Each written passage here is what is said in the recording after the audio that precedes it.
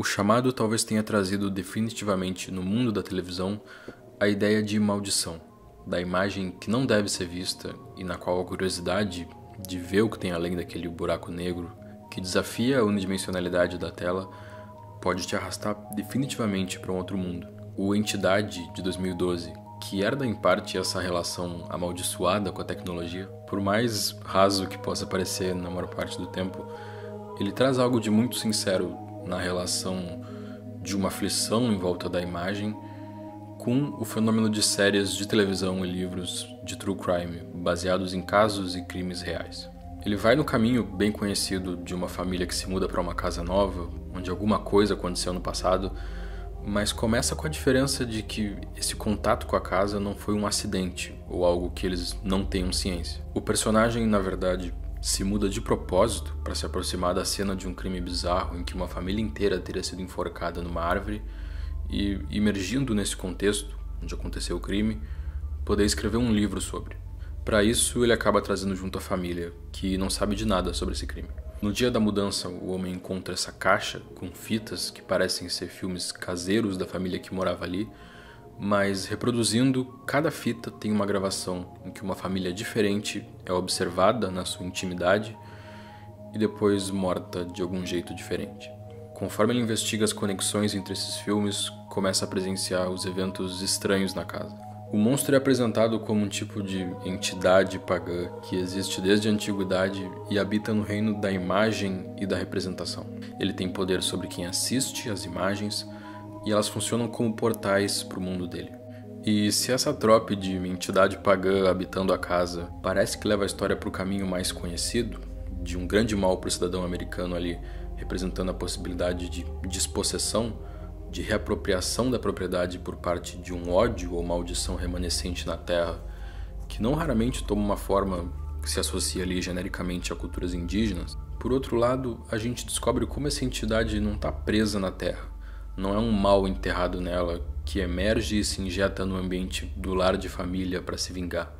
Ele não está na morte daquelas pessoas ou no ato da violência em si, mas sim na representação deles. O personagem só acha ela quando submete esses vídeos de assassinatos a um olhar completo, em todos os detalhes e cantos escuros, para despir qualquer coisa que, mesmo ali, naquela representação bruta e sem filtro, ainda estaria oculta por um véu. É nesse ato de repetir e tirar todos os véus da imagem da violência, de mergulhar nela propositalmente para explorar até o último centímetro que ela tiver para oferecer, e expor até o último detalhe por trás das imperfeições que dão àquela imagem real de violência a autenticidade, que reside ali a entidade.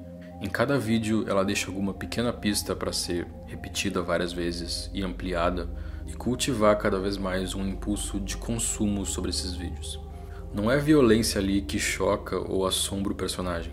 Afinal, ele se muda para o lugar onde aconteceu um crime violento e escreve livros narrando assassinatos violentos, entrevista assassinos, embalando tudo com o máximo de sensacionalismo possível. É estranho ele ficar chocado e perturbado, e é como se em parte o medo dele surge não quanto à coisa em si, mas o formato em que ela está. Quando ele se vê de forma mais real do que antes, diferente dos livros que está acostumado a escrever, refletido naquelas gravações. Quando se vê de forma mais explícita do que nunca no desejo por trás daquela câmera em primeira pessoa de invasão e exposição da intimidade e da vida das pessoas e de capturar a melhor história, independente do que tiver que fazer para isso. É interessante como outros personagens além dele são rasos ou com convenções muito simplórias. Alguns, como no caso da família, só existem como pessoas que se relacionam com ele.